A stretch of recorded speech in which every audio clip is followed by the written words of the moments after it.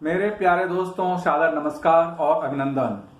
दोस्तों, उदासीनता, नकारात्मक सोच और डिप्रेशन किसी भी व्यक्ति और इंसान को उसको अर्थहीनता, लक्ष्यहीनता, शून्यता, दिव्यहीनता और खोखलापन की तरफ ले जाता है।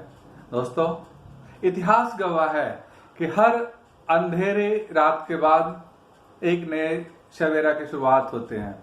वैसे ही कोरोना महात्रासदी के बाद एक स्वर्णिम भारत की शुरुआत होगी, एक नए युग की शुरुआत होगी। दोस्तों, आप सब ने देखा है इस समय विश्व की महान शक्तियां उनके राष्ट्राध्यक्ष किंग कर्तव्य विमूढ़ की स्थिति में बैठे हैं। वहीं हमारा देश अपने नागरिकों के जान माल की रक्षा करते हुए पूरे विश्व को मदद पहुंचाने के प्रयास कर रहे हैं और हमें गर्व है कि आज हमारे देश की गुणगान पूरे विश्व में की जा रही है।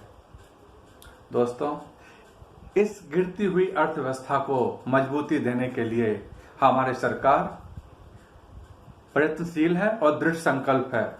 उन्होंने अपनी सारे मंत्रालयों के साथ और जितने भी इंडस्ट्री एसोसिएशन हैं, चाहे पीएचडी चैम्बर ऑफ कॉमर्स हो, चाहे फिक्की हो, चाहे सीआई हो, चाहे एसएमसी हो, आईआईए हो, इन सब ने अपनी सलाह और अपना रिपोर्ट सबमिट किए हैं भारत सरकार को, जिसमें इन्होंने 7 लाख करोड़ से लेके और 15 लाख करोड़ तक का प्रपोजल दिए हैं। तो बहुत ही जल्द भारत सरकार लोन के व्यवस्था कर रही है, चाहे रिजर्व बैंक से या विश्व बैंक से, और एक बहुत बड़ी पैकेज ऐलान कर रही है कोरोना से प्रभावित सभी इंडस्ट्रीज के लिए, चाहे टूरिज्म हो, चाहे रिटेल्स हो, मैन्युफैक्चरिंग इंडस्ट्रीज हो, एविएशन सेक्टर्स हो, कंस्ट्रक्शन हो, माइनिंग हो, इन सबको सरकार वापस पटरी पे ले आएगी। दोस्तों, आप सबने देखा है इस समय भारत सबको मेडिसिन पहुंचाया और पहुंचा रही है। जो बुरे वक्त में काम आता है वही सच्चा दोस्त कहलाता है। मैं इसके बैकग्राउंड में ये कहना चाहता हूं कि चाइना सिर्फ 3% उत्पाद करता था पूरे विश्व का, लेकिन पिछले कुछ वर्षों में उसने 3% को 33% तक लेकर पहुंच गया और आज पूरे दुनिया का ग्लोबल फैक्ट्री बन गया है।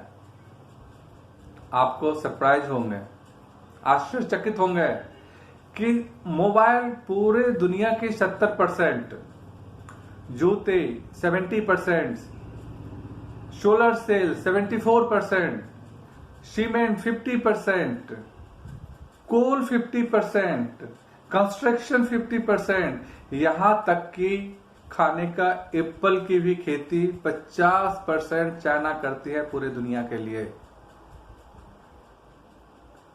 लेकिन अब समय बदल रहा है और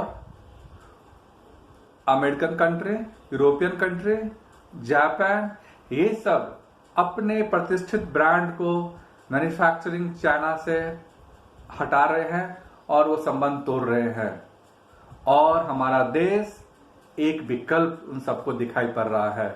और इस विकल्प को वास्तविकता में बदलने के लिए हमारे सरकार का कुछ महत्वपूर्ण मुद्दों पे चर्चा डिस्कशन कर रहे हैं अपने मंत्रालयों के साथ, जैसे टैक्स में रिबेट देना, जीएसटी में एग्जेम्पशन देना, एक्साइज में बेनिफिट्स देना, पीएफ ईएसआई में रिबेट देना, लेबर वेजेज में सपोर्ट करना, बैंक का रेट ऑफ इंटरेस्ट कम करना, लोन वापस करने के लिए मॉनिटरियम पीरियड्स जो 7 से 9 ईयर है उसको इंक्रीज करके 12 to 18 ईयर्स तक ले जाना, इलेक्ट्रिसिटी को कॉमर्शियल रेट को कम करना, उसमें रिबेट देना, लाइसेंसिंग की जितनी भी फीसें हैं उनको कम करना। तो मुझे आशा ही नहीं पूर्ण विश्वास है कि जिस तरह से सरकार प्रयत्नशील है, बहुत ही जल्दी हमारे जो अर्थव्यवस्था है वो अपने पटरी पे वापस आ जाएंगे और बहुत ही जल्दी हम एक विश्व गुरु बन के दुनिया में उभरेंगे। दोस्तों, मैं ईश्वर से प्रार्थना करता हूं आप लोग अपने परिवार के साथ अपने घर में स्वस्थ और सुरक्षित रहे। और आपसे निवेदन है कि सकारात्मक सोच के साथ सरकार के सारे नियमावली को अक्षरशः पालन करें। भारत माता की जय। जय मिथिला, जय मैथिली।